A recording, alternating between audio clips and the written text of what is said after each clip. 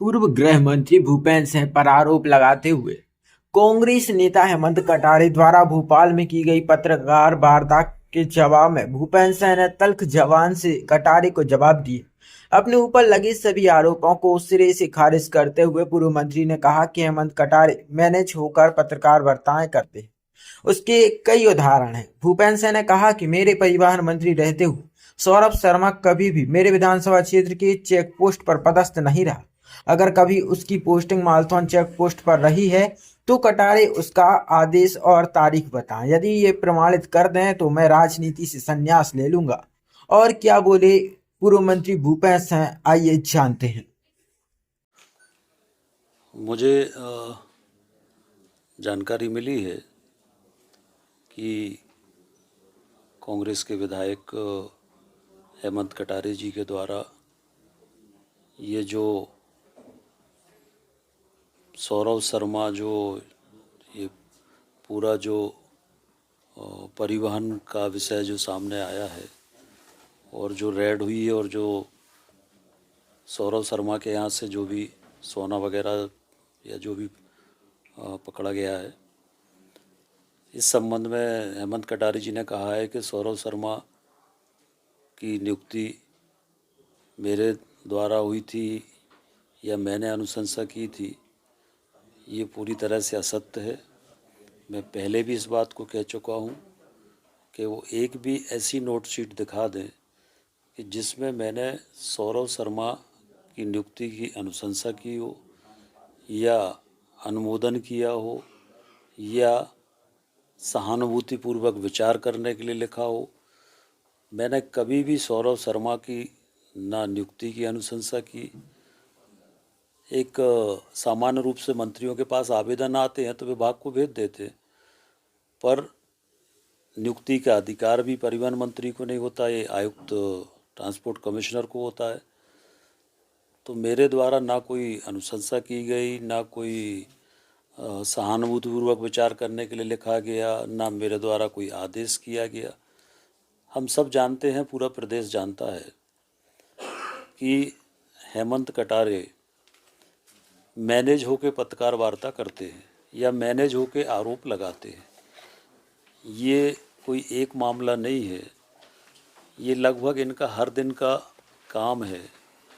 विधानसभा में अगर हम देखें तो विधानसभा में ये प्रश्न लगाते हैं, ध्यानाकर्षण लगाते हैं और उसके बाद फिर मैनेज होके उसी के पक्ष में पत्र लिखते हैं, उसी के समर्थन में पत्र लिखते, उसके बाद उस बारे में नहीं बोलते, उसके बाद उसकी कार्रवाई के बारे में कभी नहीं बोलते। इसी तरह से पूर्व में सुधीर शर्मा जी के ऊपर इन्होंने आरोप लगाए और फिर बाद में मैनेज होके और स्वयं ने कहा कि आरोप गलत थे। तो हेमंत कटारे जी, पूरा प्रदेश जानता है कि मैनेज होकर पत्रकार वार्ताएं करते हैं। जब इस मामले में ये जो रेड हुई है, जब सारी जांच एजेंसियां जांच कर रही हैं, इनकम टैक्स भी जांच कर रहा है, ईडी भी जांच कर रही है, लोकायुक्त भी जांच कर रहा है, जब सारी जांच एजेंसियां जांच कर रही है तो क्या पत्रकार वार्ता करके जांच एजेंसियों को प्रभावित करने का प्रयास है? क्या जो असली आरोपी है उनको बचाने का प्रयास है? क्या उनको बचाने के लिए ये सारा जो मामला है वो डाइवर्ट करने का प्रयास हो रहा है? पर मैंने पहले भी कहा और आज फिर कह रहा हूँ कि जांच में सत्यता आएगी और जो भी आरोपी हैं वो सारे आरोपी, उन पर कार्रवाई सरकार करेगी। जहाँ तक हेमंत कटारे जी का सवाल है, ये स्वयं 376 के आरोपी रहे हैं और 376 एक महिला पत्रकार की तरफ से ये केस रजिस्टर्ड हुआ था और उस केस में मुझे मालूम है कि उस एफएसएल के माध्यम से वो जो पॉजिटिव रिपोर्ट थी रेप की, उसको किस तरह से नेगेटिव किया गया, वो पूरी कहानी मुझे पता है। वो भी मैं सामने लाऊंगा कि कैसे वो नेगेटिव रिपोर्ट हुई। इसकी पुनः जांच के लिए भी मैं लिखूंगा और हेमंत कटारे जी की भोपाल में आज अनेक प्रॉपर्टी हैं, अनेक संपत्ति हैं, ये कहाँ से आई? हेमंत कटारे जी का जो ISBT पर पेट्रोल पंप है, उस पेट्रोल पंप के आजू बाजू में जो झुग्गी झोपड़ियाँ हैं, उन झुग्गी झोपड़ियों में इनके भाई योगेश कटारे के संरक्षण में गांजा बेचा जा रहा है, ब्राउन शुगर बेची जा रही है, तमाम तरह के नशीले पदार्थ बेचे जा रहे हैं। इनके खुद भाई के ऊपर, योगेश कटारे के ऊपर 35 आपराधिक प्रकरण हैं और ये चुनाव के समय भी भिंड में कैसे चुनाव जीते ये भी मुझे मालूम है। भोपाल से अपराधियों को ले जाकर बूथ कैप्चरिंग करके ये इन्होंने चुनाव जीता। तो वो पूरे समय भोपाल में रहकर और मैनेज होकर इसी तरह से लोगों पर आरोप लगाते हैं, पर मैं उनको मैनेज करने वाला नहीं हूँ। मेरा राजनीतिक जीवन खुली किताब की तरह है। और उन्होंने कहा कि सौरभ शर्मा की नियुक्ति मालथौन चेक पोस्ट पर मेरे समय में हुई थी। मेरे समय में सौरभ शर्मा की ना केवल मालथौन चेक पोस्ट, किसी भी चेक पोस्ट पर नियुक्ति नहीं हुई। मेरे समय में ऐसा परिवहन मंत्री था जिसने पूरे प्रदेश में चेक पोस्ट बंद कर दिए थे, तो उनको तो मेरी प्रशंसा करना चाहिए कि मैंने तो चेक पोस्ट बंद किए थे। तो वो तो उल्टा प्रशंसा करने की जगह आरोप लगा रहे हैं। तो ये सब किसके कहने पे कर रहे हैं, क्यों कर रहे हैं, ये सब जानते हैं। और ये पूरी तरह से एक असली आरोपियों को बचाने के लिए मामले को डाइवर्ट करने की कोशिश हो रही है।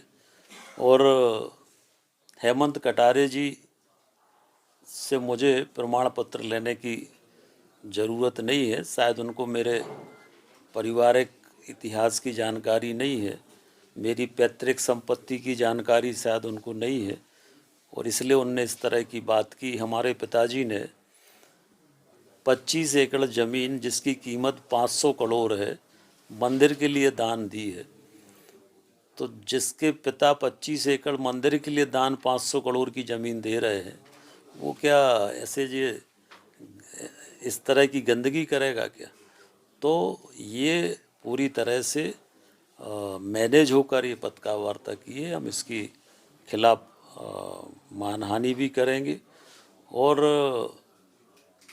ये क्यों हो रहा है, इसके पीछे कौन है, ये सबको मालूम है।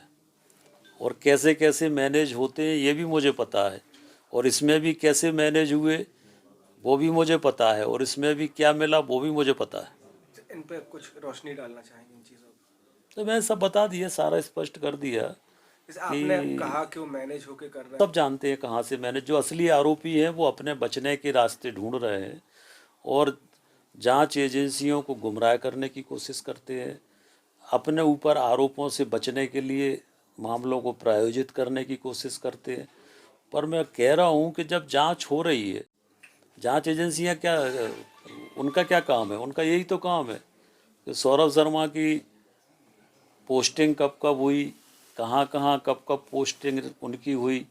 और मैं बता दूं कि जितनी भी उनकी पोस्टिंग हुई है, वो सारी पोस्टिंग जो हुई है वो किस अवधि में हुई है वो भी सबको पता है, रिकॉर्ड है।